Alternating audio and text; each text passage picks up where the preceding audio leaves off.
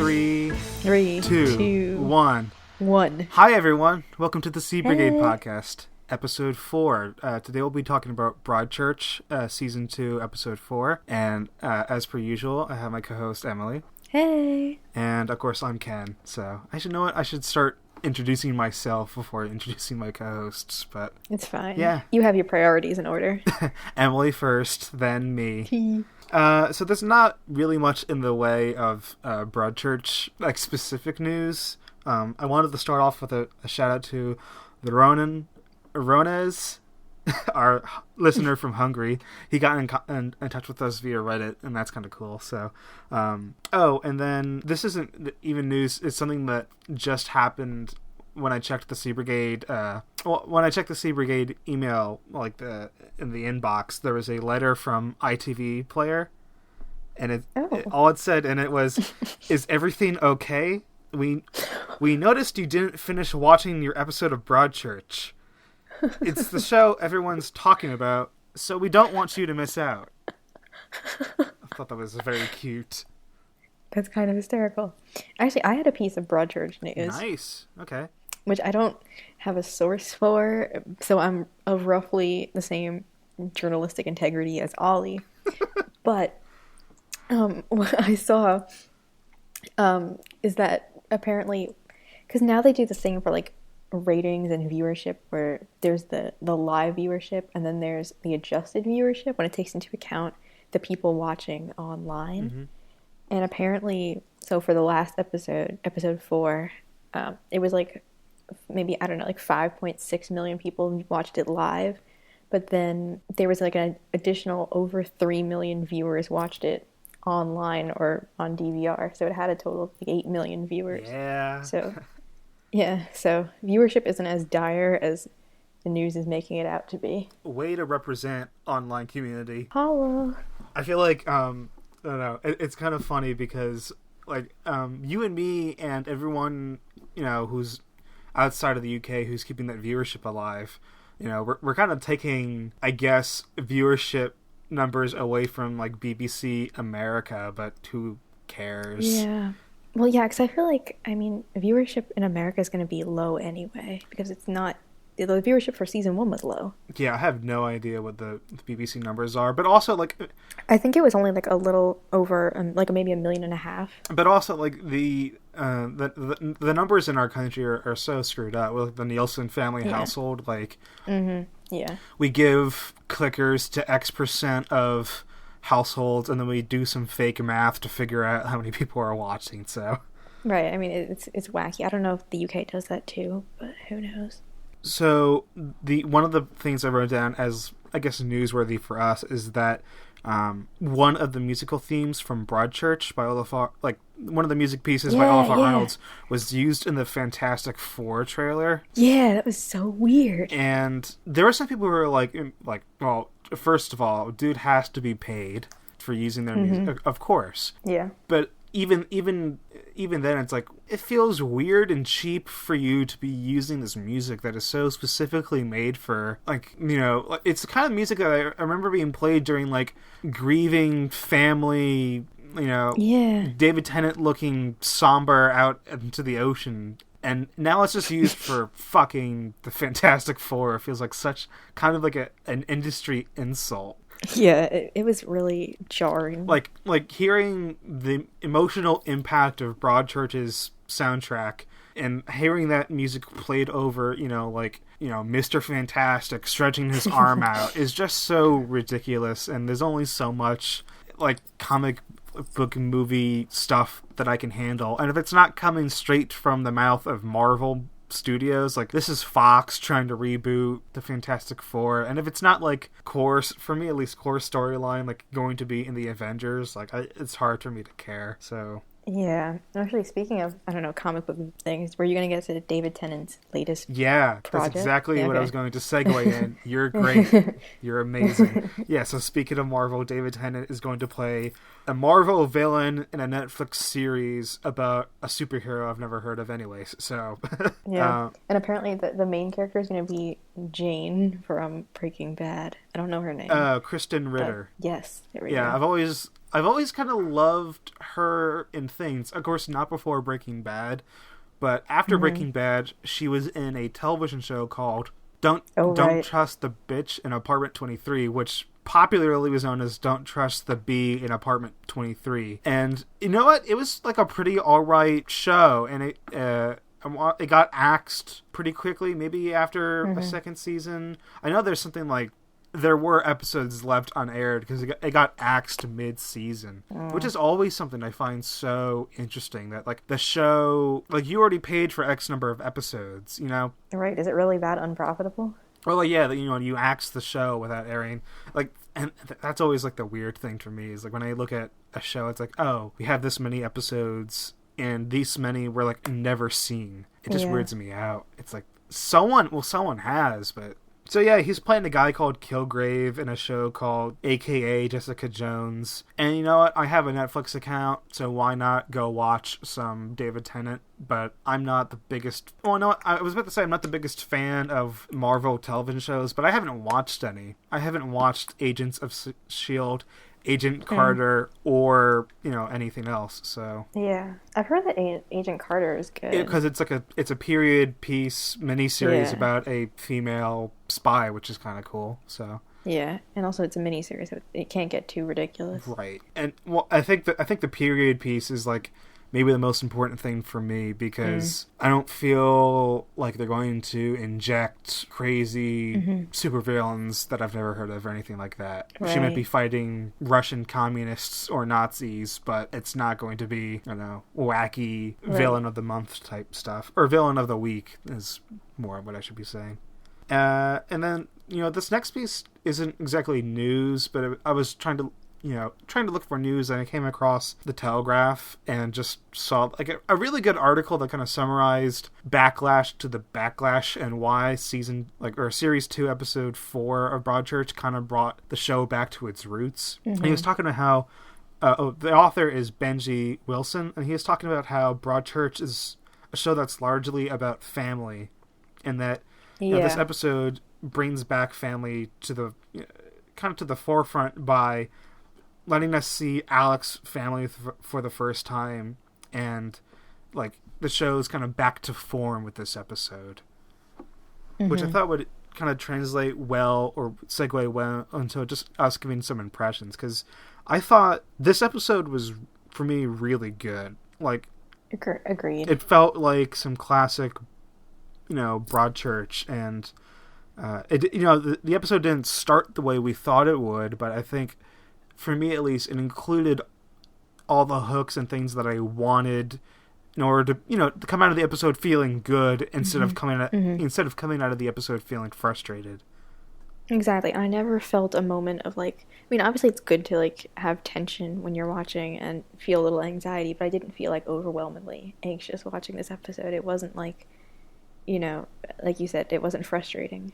Yeah. So now we're just going to, you know, dive right into what happens in the episode. I feel like this week, the previously on Broadchurch section kind of, not spoiled things, but it got me thinking about stuff that I had forgotten. It showed Pippa, Gillespie's mother. Pippa. Pippa. You say Pippa every time. Yeah, well, you could say Pippa. I think that works. It's Pippa, though. I think David Tennant pronounces it Pippa, but I think it could be Pippa. But the name is Pippa. Okay. You never heard of Pippa Middleton? No. Oh, whatever. Who is that? She's Kate Middleton's sister. Okay, Pippa. Pippa. It was just something that, you know, it showed up in the previously on Broadchurch, and I was like, oh, I completely forgot that we met one of the mothers of the Sandbrook victims. Right. So I don't know. I hope the previously on section doesn't get into this territory of spoiling things that are going to show up, and you know, like when it reminds you of something that's, oh, like it wasn't mentioned for such a long time that it would be a pleasant surprise. Yeah, I think that does. Well, it didn't. There was nothing about Susan Wright in there, right? I don't think. You know, you're right. They didn't really, because they didn't spoil that. They didn't tip their hats there. No. Yeah, which was good. Yeah, that would have been lame to show Susan Wright. Yeah. Like, oh, she's, you know, it would totally ruin her coming back. Yeah. Anyways, so what happens first in the episode? I can't really describe it better than the way it was in the closed captions, which I have before me. It just says, suspenseful music, rumbling, gasping, and labored breathing, coughs, pants, poignant music, sobs, seagulls cry. It's not funny at all, but for some reason I think it's funny that, like, they emphasize the seagulls crying. So, we basically, yeah, Alec is dreaming about being in this river, drowning, and he gets up, and obviously his symptoms are getting worse, and he needs a doctor badly. Mm-hmm. And of course, you know, just what the doctor ordered, Oliver shows up. And the thing is, I think I'd rather wake up dying than wake up to Oliver knocking on my door. But you know what I even noticed? Like, he just leaves the door wide open to his little sea hut. Like, why does he do that? You've already gotten robbed. Well, that's the thing. Like, that door, obviously, I mean, he can lock it. It's going to get broken. Like, if you really want to get into the sea hut, Alec Hardy knows people are going to get into the sea hut. You'd think you'd at least try, though. And so, you know, Oliver comes in, and he's, you know, Alec kind of tries to put him down, and Oliver is like, I'm fed up with how you talk to me. And I just, Alec says, you know, you think you're saving the world, you just make it harder to live in. Piss off. The truer words have never been spoken. They'll put that on Ollie's tombstone. Well, the thing is, like, he's also talking about journalists in general, but I just love that, you know, because he is always kind of, you know, putting Oliver down in like a, oh, you're bothersome way, but this is the first Alec kind of gets his teeth out, you know, as to why he really doesn't like Oliver. Yeah. And I will actually say that one thing I do like a lot better in season 2 than in season 1 is that the emphasis on the journalist is somewhat downplayed, because, like, I just hated the Karen White character so you're right. much. I hated her so much. Yeah, I can't really, I guess in hindsight, remember, I mean, I think it was really important in the beginning to have the press be this, like, second or third faction of people that were not on anybody's side and hurting everybody. Like, they were hurting the civilians, they were hurting the police. Like, there was really, it was, you know, the first season of Broadchurch works as a cool critique of journalism in a way. But, yeah, I mean, like, in this case, I mean, in series 2, they still are kind of hurting everybody by, like, I mean, we'll get to it later, but Oliver live tweeting and just and publishing stories without permission is just, you know, he continues his trend of basically ruining people's lives. So yeah, I mean, he's not gotten better, but I think that there's been less focus on how horrible he is. But when he does show up, it is to be extremely horrible. So, you know, aside from that, we kind of move to Lucy and Ellie having sandwiches on, like, a dock or something, and they're joking. Harder, Hardy. Harder, Hardy. Yes. Yeah, joking about sex with Alec, and, like, Lucy's like, I like the look of him. A troubled man.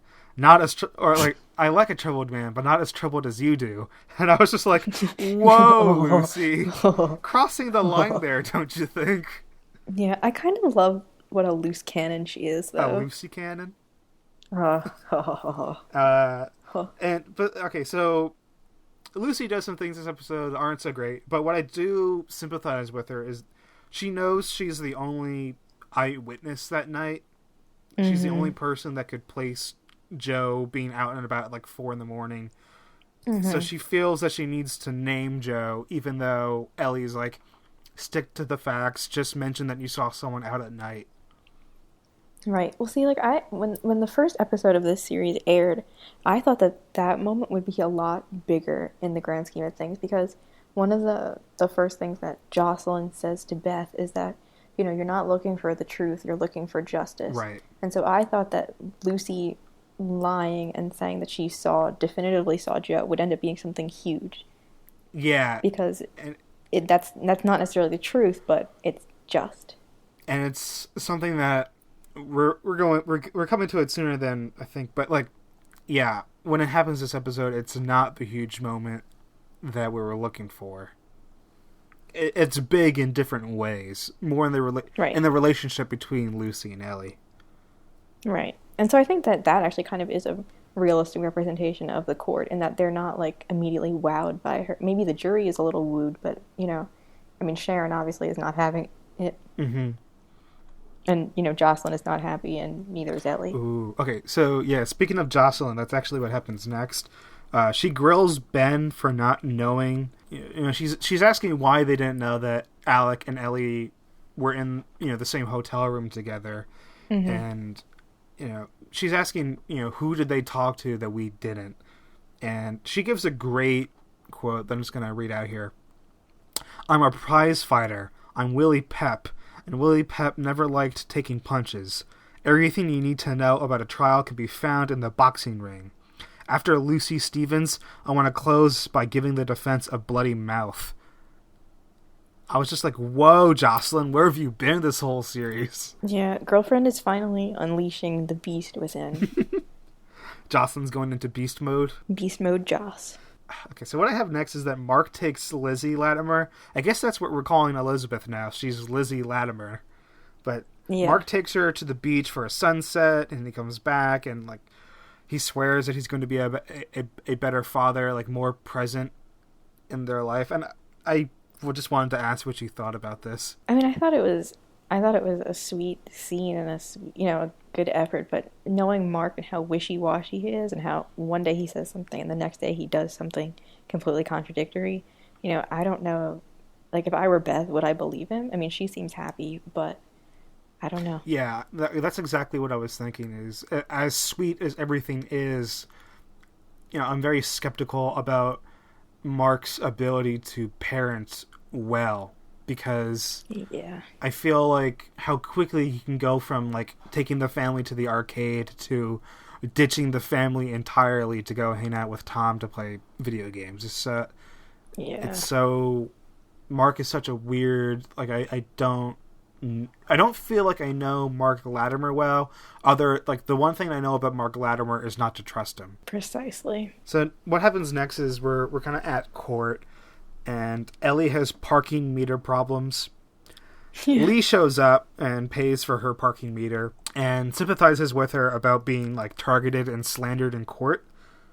Mm-hmm. Then suggests that Hardy slept with Claire, which is, I think, the first we're hearing about this in the show. Yeah, I don't know if I believe that. And then, Ellie just warns him to stay away.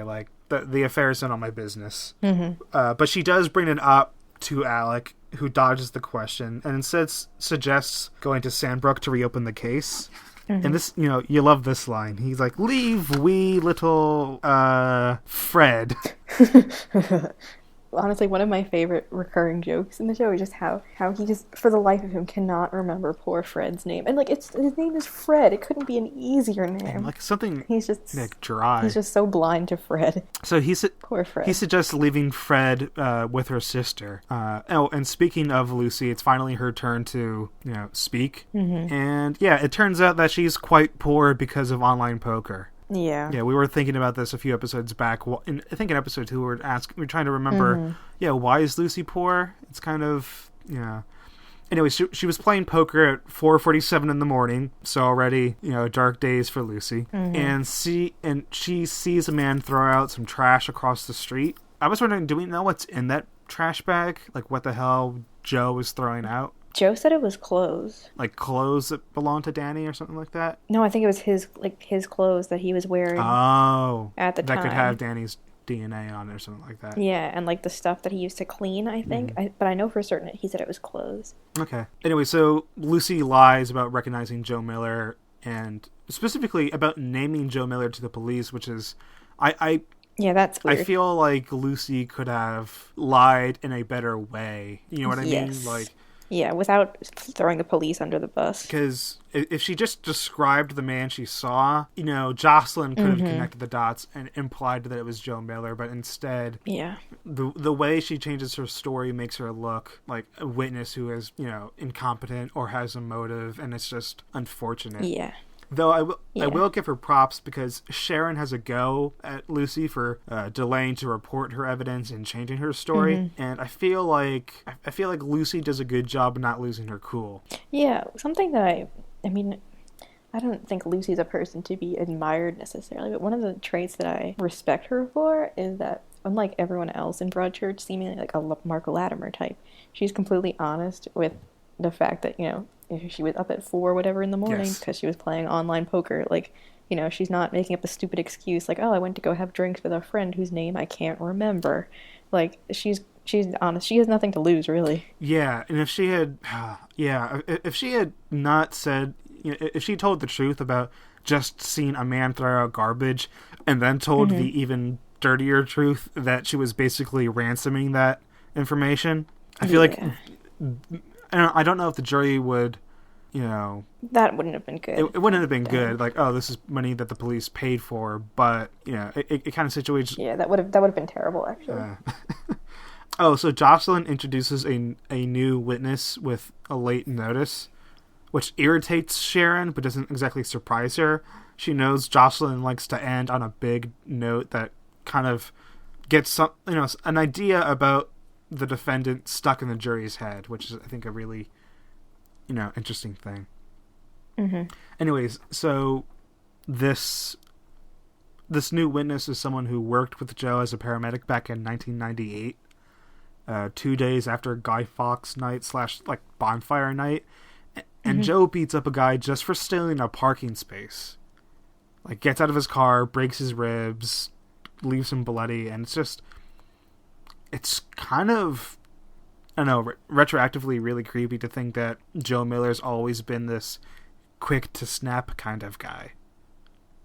Yeah. And I mean, especially for Ellie, because she obviously had never heard this story before either. That was one of the more interesting things that we've seen this season, I think. Yes, because it changes our picture of Joe Miller from guy who liked to hang out with a young boy and snapped, maybe out of fear, to someone who's always had kind of, repressed anger.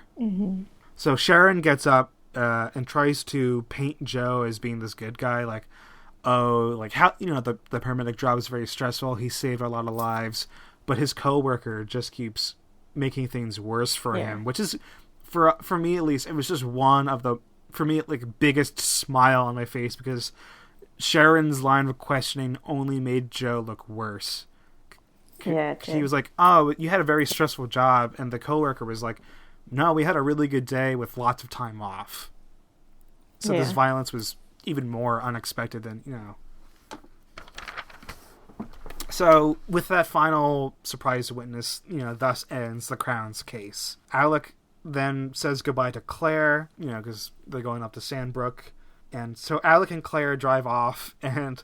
Alec and Ellie.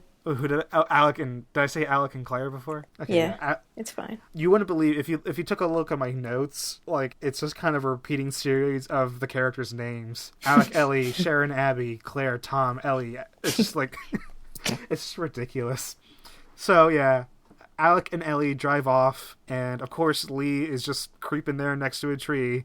Not super weird at all. I'm kind of coming around, with each passing episode more and more. I'm like, oh yeah, I can't believe I called Lee sweet once. Like, he is really... He's extremely creepy. Yeah. So Sharon and Abby are walking on the, on top of the cliffs of Broadchurch, and they're debating whether or not to put Joe Miller in the box. And they decide to test Joe together, and the two of them kind of linger on the idea of who to raise as the alternate killer. Cut to Mark Latimer. Oh. You know what? I didn't even put that together. Wow. Really? Okay, wait, so why do you think their alternate killer is Mark Latimer? I know he's the character we see next, so it makes sense, but... The child abuse accusations. The cheating accusation. The cheating accusation. Okay. I think that he's probably their best bet for... Because who else... I mean, Ellie, come on. Like, who else would it be? Okay, yes. This Mark is the killer theory makes a lot of sense. Can I ask, though, does it seem weird to you, or, like, TV drama necessary? Like, to me, it doesn't seem necessary for the defense to point the finger at somebody else. They just need to make it look like Joe didn't do it. I mean, it helps their case they have an alternate killer, but... Maybe they're realizing that their defense, that their major weakness is that they need this alternate killer in order to kind of divert attention from Joe. Mm-hmm. Because, Abby makes a comment, like, he probably did it. Which, of course, Sharon gets really angry about because, that's not their job. Their job is to give him a fair defense. But maybe they're thinking of how to divert that attention. That can make sense, yeah. But I agree with that. I don't think it is their job necessarily to propose an alternate killer. You're right. They're on the cliff talking about their alternate killer. Then we cut straight to Claire. So, oh my god, this is the problem with me looking at notes. We cut straight to Mark, who breaks up with Tom, and it's super weird. It is so weird. Poor Tom. Yeah. Tom is just getting more warped by the day. Yeah. You know what? We kind of still don't have a straight answer for why in the world he won't see Ellie. I think it's probably a mix of being hurt and upset. I mean, maybe he feels that Ellie should have known and should have done something, should have gotten Joe sooner, and now too with the trial. I don't know. Do you think Tom doesn't think his dad did it? I was actually just going to say that because... He's following Oliver on Twitter. Yeah. Yeah, doesn't he make a comment about... That to Susan. Yes. But then I don't know, because at the end of Series 1, he seems to be pretty sure that, like he knows that Danny's new friend is his dad. And like, I think that he kind of knew things before Ellie figured them out. Okay. So I don't know. So maybe it's just like wishful thinking. On your end? No, on Tom's end. Okay. So what happens next is Beth makes some lasagna for Jocelyn, and I feel that was kind of cute. I feel like the team missed like a good cross promotional thing where one of the advertisements that comes up on ITV Player for me at least is for like a lasagna dinner kit. Yeah, with the puppets. Yeah. So she could have come by. It's like, hey, Jocelyn, I hope you like X brand lasagna. Anyway, so Jocelyn reveals that she took the case on two ends. The first kind of being that Sharon, she knows, is just such a tough Rottweiler of a lawyer, and then she also, Danny delivered her newspapers. I liked that touch a lot. Me too. Jocelyn having known Danny, for me, like, I don't know. Charlotte Rampling also looks so sweet there, just kind of sitting on her back porch with the sun and everything. Yeah. Yeah. I just thought it's just another lovely reminder of how, close this town was. Yeah. Before this all happened. Yeah, and we didn't see Jocelyn in Series 1, but yeah, that's just a reminder that, a paper boy can inspire that kind of, I don't know, kindness or something. Yeah, and sadness. So in the mock trial between Joe, Abby, and Sharon, Joe screws up real bad. Yeah. He gets super nervous, kind of sweaty, and he changes his answers. Like, how many times have we met Danny? We never met. We never met there. He's just a friend of my boys. It's just... well, the one major one he does, it's like, when was the last time you saw Danny? I don't know, a couple days ago, a couple weeks ago. Which was it, a couple days or a couple weeks? Yeah, he's a disaster. Yeah, he's a mess. Which really... as much as, Sharon and Abby immediately decide not to put him in the box, but I have a really strong feeling that we have to see him in the box because... Oh, yeah. I mean, his acting as man who can barely keep it together is so good that it's a real shame if we never get to see it again. Well, I feel like that's what this season is building to. Yes. Like a season, or like an episode 7 cliffhanger, episode 6. Like, we call Joe Miller, something like that. So, like, Sharon kind of, decides that they're going to have to find people who can attest to Joe's good character. And that's exactly when Abby's like goes, shit, Sharon, he totally did it. And that was maybe for me like the funniest moment of the whole episode, because I was just like, oh yeah, yeah, he totally did it. Yeah, I liked that too, just because it's very self-aware. But Sharon is really straight-faced. Like, we don't know that for sure. We have to. Well, yeah, I mean, what Abby did was completely unprofessional. She shouldn't have said it. Yeah. But for us, it was good. Well, I mean, I don't even know. Like, I feel like Sharon needs to have that doubt in her mind. I feel like Abby can admit that he did it, but still do a good job. I don't know. You're right. Maybe it's unprofessional. I like to think that lawyers had these types of discussions where They're like, oh yeah, our client totally did it, like behind closed doors or something like that. Oh, I mean, every profession is like that, or the gossip that goes on behind closed doors. So Alec and Ellie's Thelma and Louise trip is, less fun, more depressing. Oh yeah, it starts out so fun, like changing the channels on the radio station, and then not so much. Yeah, so we get some Sandbrook details about how Lee Ashworth's hair was on Pippa's pillow, and It was Pippa's pillow, or was it Lisa's pillow? no, I was checking the script. It was definitely, yeah. Okay. Well, so one of the things, I don't believe Lisa Newberry actually lived at the house. Right, Not that she wouldn't right. have stayed there if she was babysitting for long stretches of time. Right, she was the cousin. Okay. Yeah.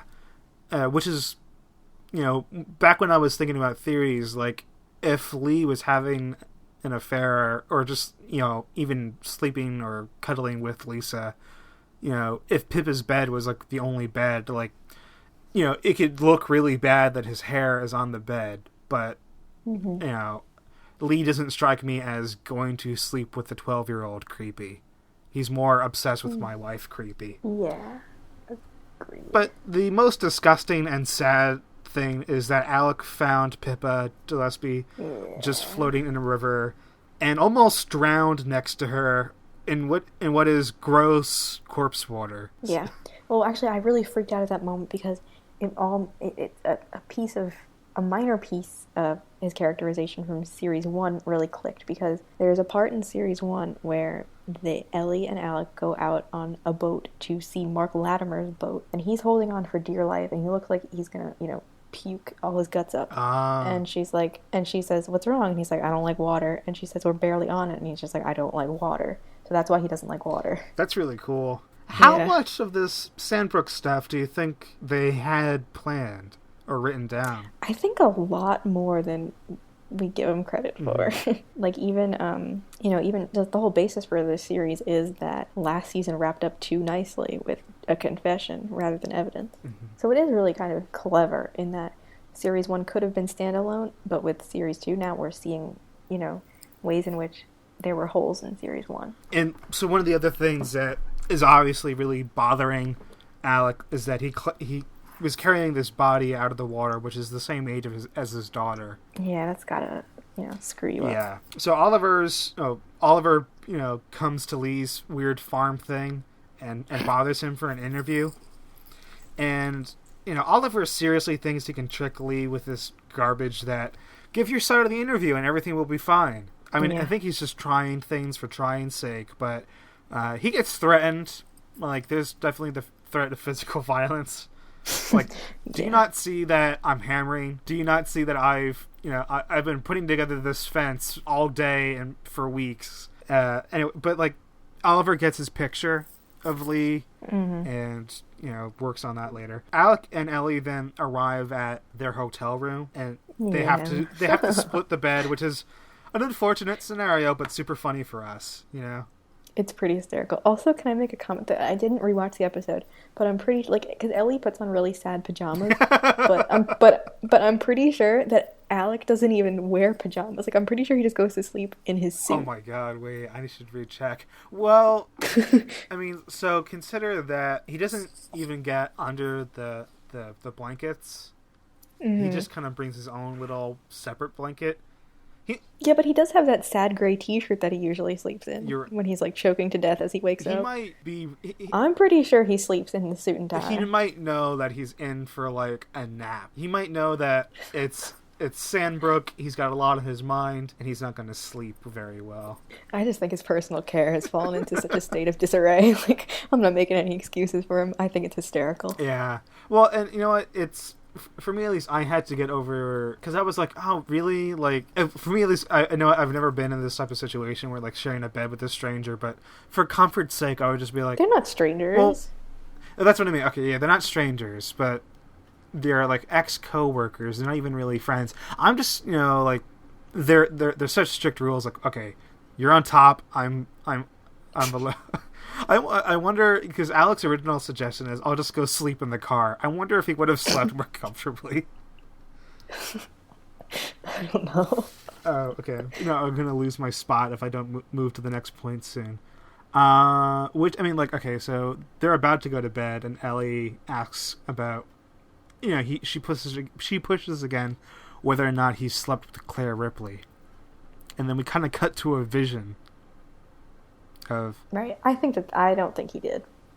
Personally, do you think he shared a bed with her like that? I don't know. That vision came out of nowhere, I thought it was just kind of like fantasy. Like I think he's got a little crush on her, or did at some point. But yeah, I don't. I mean, like as we see later on in the episode, Claire's a girl who likes a little rough, and Alec, I think, would die. Yeah. So she asks, did you sleep with Claire Ripley? And he just says, "Go to sleep, Miller." And right. I mean, he's so emotionally inept that he can't say yes or no either way. Mm-hmm. Sorry, what were you gonna say? Oh, we cut to Tom playing FIFA at night, and that's when Susan comes back. And it was the type of thing when there was banging at the door. I'm like, oh, Susan's back. Yeah, me too. And which I didn't think she was gonna come back. I thought, me either. But I was really happy that she did.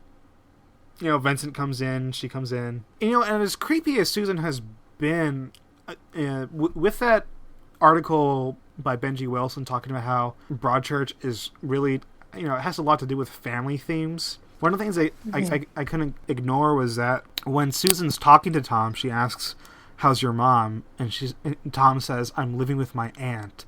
And she just says, "That doesn't sound right." Yeah. Like she herself as like this mother who has a rift with her kid. It seemed, I don't like Susan very much. No. She's kind of violent and threatening and etc. But she does have this, motherly type hole in her or something like that, Yeah. Anyways, Claire and Lee hook up with one of the strangest, tactics I've ever seen, which is just leave some food at the door. And anyway. Yeah. I don't know. Whatever works for them. Yeah, so Claire and Lee hook up, and Lee asks how many men she's been with. "Oh, I've been with, none. How many have you been with?" And he's like, "None. No men." But one of the things I really liked was Claire's like, "How many women did you sleep with?" He's just like, do French girls count? You cheeky bastard. It's funny because we've never gotten to see Lee and Claire together like this without Alec being in sight. Mm-hmm. And with how comfortable they are, do you think when when Lee kissed Claire and Claire gave that flash of the eyes to Alec? Right. If that was just an act to I don't know. Claire might be a little sociopath. I mean, I don't know. She is manipulating lots of people. Mm. It might have also just been too, maybe she's looking at him weird, worried about what he's going to do, or, worried about, maybe the potential awkwardness of, making out with your husband in front of, your witness protection guy. Yeah. I think that one of the more interesting things about Claire is that the things that she said can be taken in a multitude of ways. Even with the thing that she said to Ellie last week about Lee drugging her and cleaning up the house. That maybe it's not. Maybe he did drug her, but maybe it wasn't because he murdered someone. It would just be a half truth. Yeah. So the way they're super casual about, because I feel like Lee, they know that each of them has slept with people, and this kind of casual attitude makes me consider that this wasn't just because they had to physically separate because of the trial, but they were maybe always this kind of open, and that this isn't a new thing for them. Yeah, I think that, especially what we'll see later on in the episode when we find out about Claire and the neighbor, the Gillespie Ricky. neighbor. Yes, there's something going on in that marriage. So she asks what's going to happen to us. And then, what have you told the police? Nothing. You better be telling the truth. And then she's like, "Can you tie me up this time?" Mm-hmm. So, yeah. I don't know. I don't really think them being a kinky couple makes them bad or is even really an element, but it's going to make people think, I guess. I don't think it's good or bad either way. I think it's just showing that, they're kind of an intense couple. Yeah, and Claire is an intense person, more intense than, maybe some people seem to think she is. So Ellie then goes, and investigates the Ashworth home apartment thing. And Alec goes to talk to Kate. And I imagine at this point she's Kate Newberry, not Kate Gillespie. He goes there to break the news that Lee is back from France. Then, we find out that Kate and Rick Gillespie are divorced. But then Kate insists that she knew that Ricky was sleeping with Claire and sleeping with a bridesmaid named Tiffany Evans, which is really important because it opens up the possibility that Ricky wasn't there at the wedding. Yes. So his alibi for where he was when the girls were murdered, kidnapped, whatever, that alibi could be completely thrown out the window. Yeah, and I could totally tell that Alec was just kind of like, what is wrong with these people? Like, Mark didn't want to confess to his affair. Kate didn't want to tell about her husband's affair. She's like, oh, what does it have to do with anything? And he's like, everything. It has to do with everything. Yes. Yeah, Alec's face isn't, oh, I'm so glad to have this information. It's like, where the hell was this information 2 years ago? Exactly. So, Alec, Ellie, and Alec's ex-wife, I didn't find a name for her in the episode script, but on IMDb, I believe her name is Tess. Yeah, I believe so. It wasn't mentioned in the episode, I don't think. But, they kind of sit for coffee, breakfast, and Tess is not happy about the prospect of reopening the Sandbrook case. And she says, after what Sandbrook did to us. So that makes me wonder if, because they were probably together, if Daisy is 12 years old, I'm imagining, they've been together for at least 12 years. So, like, if they were happy before, and the stress they experienced because of the Sandbrook case, kind of led each of them to start cheating. I don't know. Well, we don't know that Alec We cheated. don't know. You're right. So there's, in the UK, between episodes, they release on Amazon for Kindle, like, short stories between the episodes. Yeah. And so this week's short story was about Tess. And basically, like, she was going to leave him before Sandbrook. And she'd already been seeing that guy who she cheated with. Dave. And, yes. Yeah. And he comes home, like, having found Pippa or whatever, and, like, she feels guilt because she sees, like, his passion for the case and, like, his protection of their daughter, and, like, she's reminded of why she loved him, and she feels guilty that she's, like, cheating. Like, because she had been unhappy because I guess she hadn't seen that any sort of, life or passion in him for however long, and now she's seeing it again as she's getting ready to leave him. So that was the short story that they put forth this week. Have you been reading all of them, or just getting summaries? No, I just happened to see a summary of this one on Tumblr. Okay. Yeah, I have no idea what any of the other ones were. That's deep. Yeah, it makes me want to read it. Yeah. Oh yeah. So things kind of get pretty ugly in the cafe because Alec and his wife are debating about who has the moral high ground, and Alec brings up that affair with Dave, and Tess leaves, but not without mentioning that Daisy wants to see him. Beth meets then with Paul and Maggie to plan a charity organization. Ollie is there too, but he can fuck right off because he's tweeting his story or whatever. The three of them suggest a charity that would help sex offenders, stop from reoffending, which is just like, whoa, that is not what Beth wants. No, and I totally side with her action of being like, no. I mean, like, is it theoretically maybe something that someone should do? Yeah, but I don't think that person is Beth Latimer. Yeah, and I can't believe that Paul would bring that to them. Yeah, well, actually, I saw a comment somewhere, like, I don't know if it was Reddit or Tumblr or some other internet website, but, like, maybe, I don't know. I don't know if the show is going the pedophile priest route, but, like, people seem to really believe that Paul has some sort of a secret. Well, yeah, because Joe was definitely hinting at threatening that kind of thing. Right. I don't know if we're going that route with Paul, but maybe it's Paul's attempt to, like, I don't know, reconcile himself. Yeah, I mean, Paul hit a kid. Yeah. And is a recovering alcoholic. I don't know. I really like Paul as a character. I do too. So, I don't see him, pedophile priest is a bit over the top for me. Especially when he controls himself so well, I guess, as, like, the, volunteer, like, computer education teacher. Like teaching kids how to code or just use computers in general. Right. So, I mean, I wouldn't love it if the show went that route, but I wouldn't be like furious because it has been established that he's a troubled guy. But I don't think his troubles extend to pedophilia. So next, Susan and Nige meet on the beach, who are just two of my absolute favorites. And, and I remember how scary Nige is when he gets into like anger mode, you know?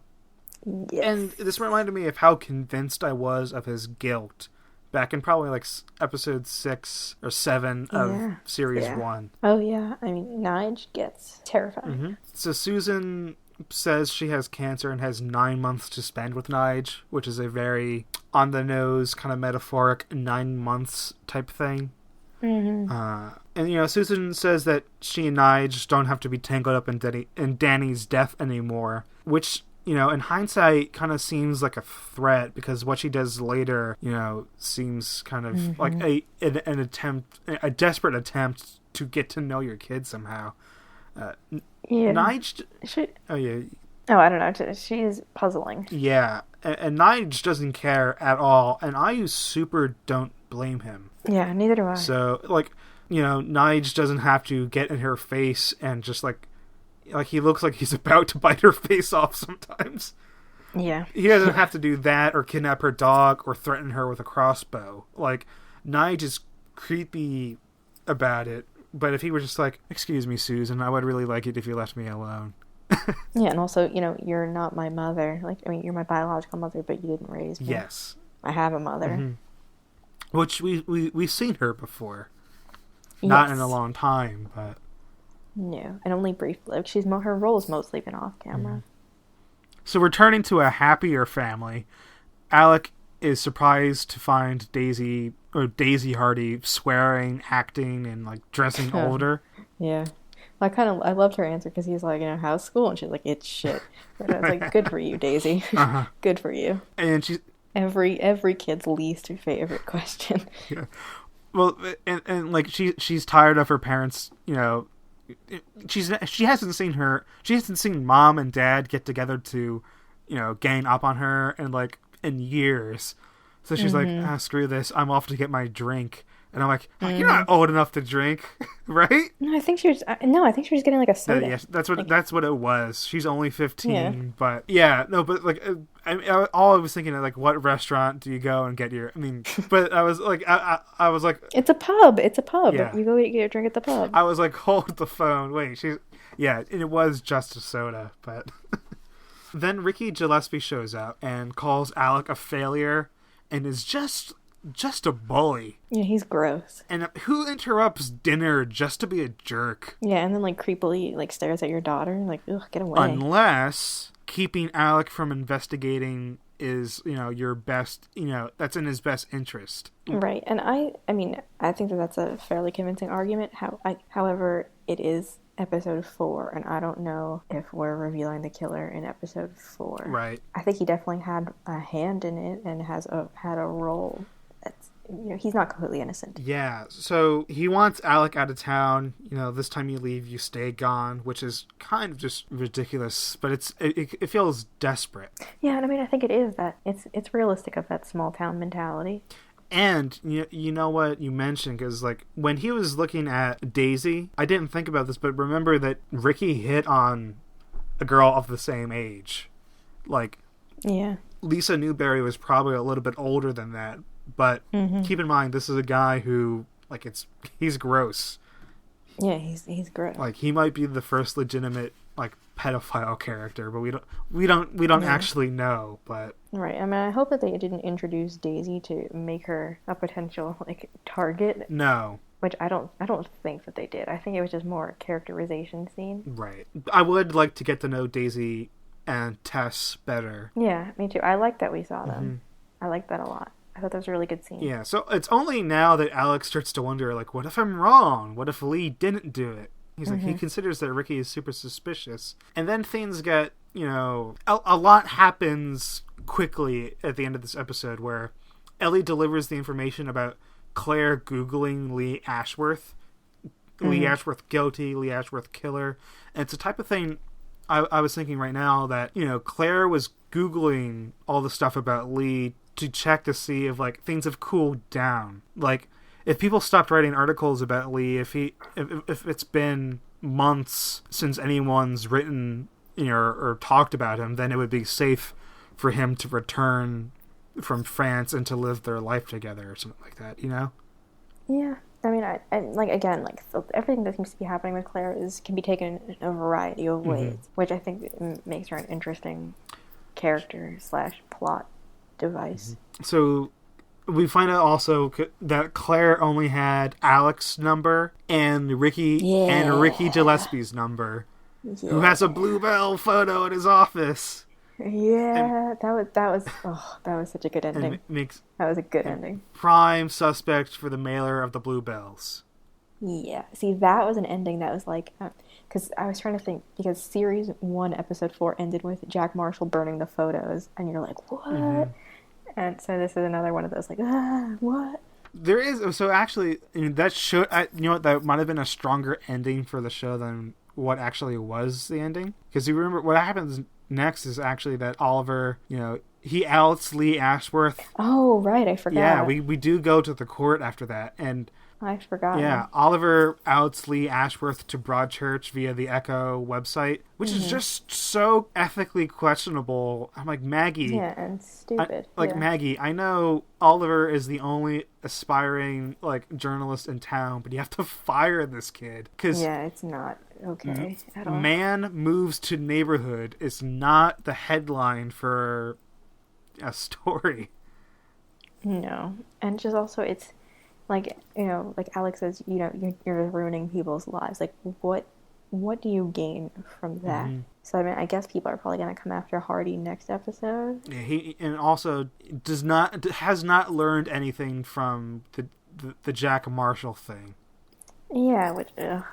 So, Susan is called to the stand as the defense's first witness. They describe the trailer park she lives in as a caravan park, which is, that's cute, but, like, you know... That's just the English name for it. I mean, like, caravan sounds so much fancier. It does. But I'm like, It does, but then I wonder if, like, to, you know, UK viewers, like, would trailer sound fancier than caravan? I don't know. Or when I heard caravan, I'm like... Oh, don't try to pretty it up. It's a dirty, filthy trailer. Yeah, but it's a that they just call it caravan. Well, okay, so my version of this linguistic thing was that earlier in the episode, I found out that diapers were called nappies. Nappies, yeah. Yeah. I don't know. Kenny's adventures in learning English terminology, like the Scotch egg, that was one, and crackers. Oh. I've heard of crackers as going crazy before, but... I misread the script. That was more me misreading the script. But anyways, Susan, basically the notes on Susan are handed to Jocelyn, and she can't read the notes that are right. Which isn't good. And Ben can't make an audiobook of it now. So this is like a big hole in Jocelyn's. I'll just have Ben read all the information strategy because that was bad. Yeah. And then Susan goes ahead and names Nigel Carter as the one who laid the body of Danny on the beach in Broadchurch. And that's it. You know, that's where we end the episode. I want to say Nigel just had, like, the dumbest look on his face, like, what?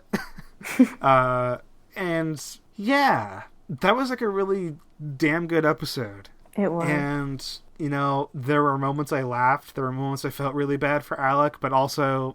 Alec having dinner with his family was kind of cute and he's being fussy, like, order some chicken.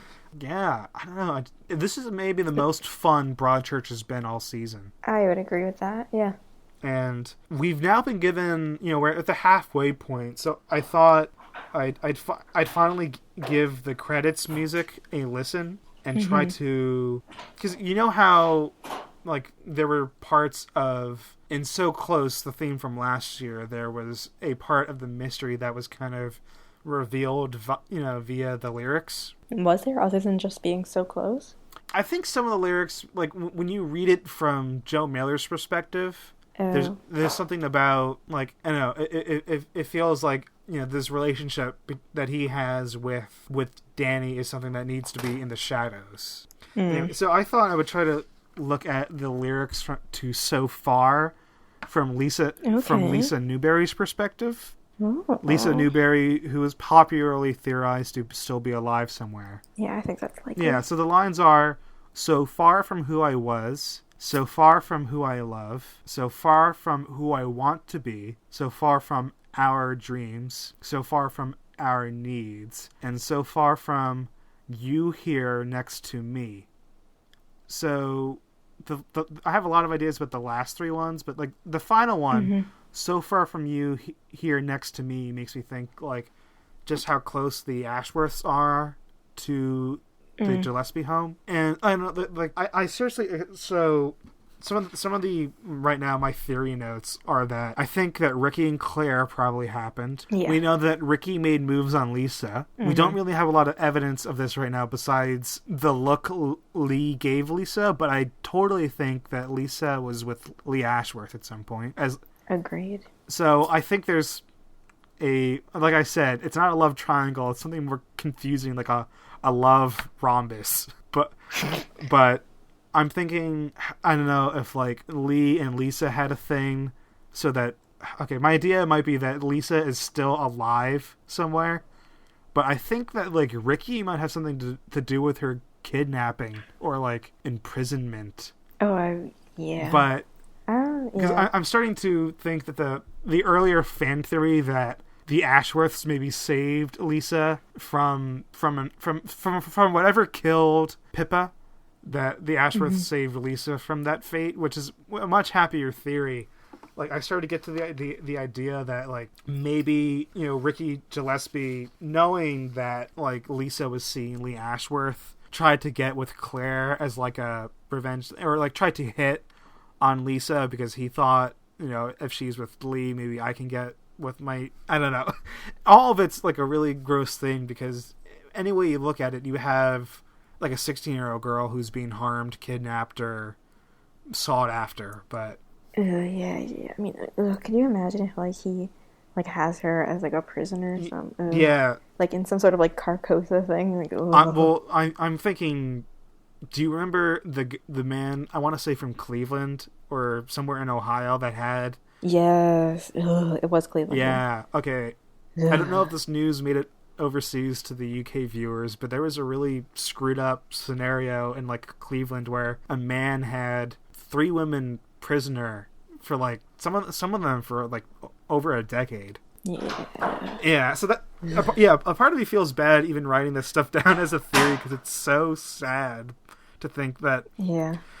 But yeah, I don't know. That's, you know, it's kind of like, as far as us theorizing, Alec says something in the episode like every time we think you get close with the Sandbrook case, things just slip away from you. So I don't want to devote too much time to trying to look at the evidence we have and trying to conclude who done it. I think making theories is fun, but I also think that given how Series 1 went, like Series 1 didn't give us all the pieces until very late, so... Yes. Yeah. So I don't think I have everything I need to make a good theory yet, but... We probably won't until, you know, episode 7. Yeah. Maybe beginning of episode 8. Like... Yeah. No, I feel like episode 7. Although, like, maybe episode 6. Because, like, episode 6 is when, like, particularly observant viewers probably could have figured out, like, that Joe was suspicious. So, like, maybe episode 6.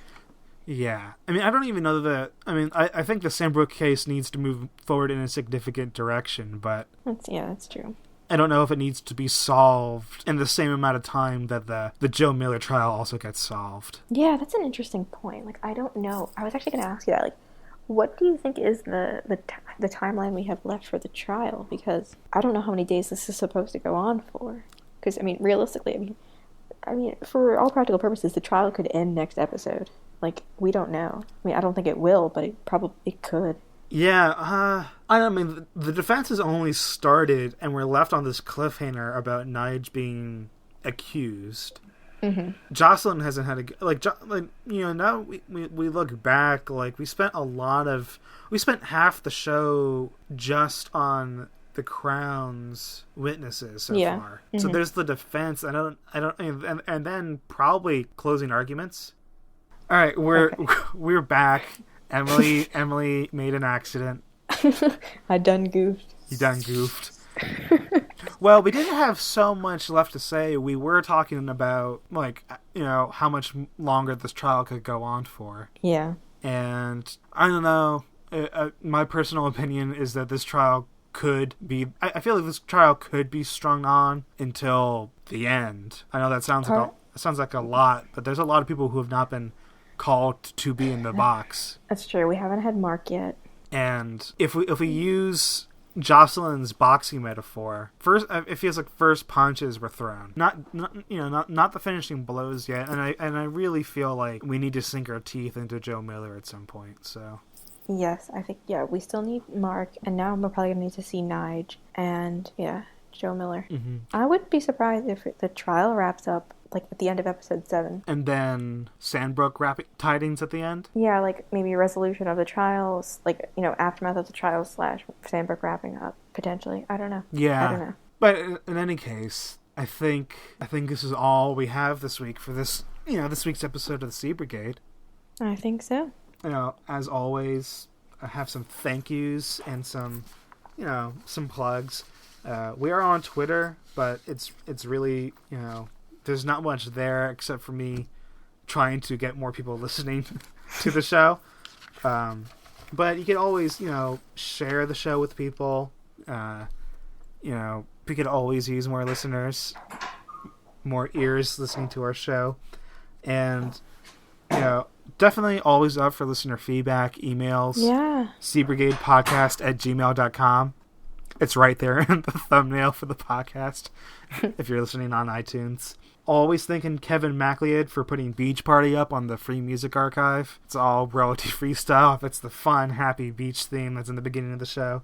And then Oliver Arnolds for writing So Close, which, if I time this right, you'll be hearing now. I use So Close in the ending. Oh, we do. That's right. I'm sorry. I've forgotten. I don't like So Far musically. Me either.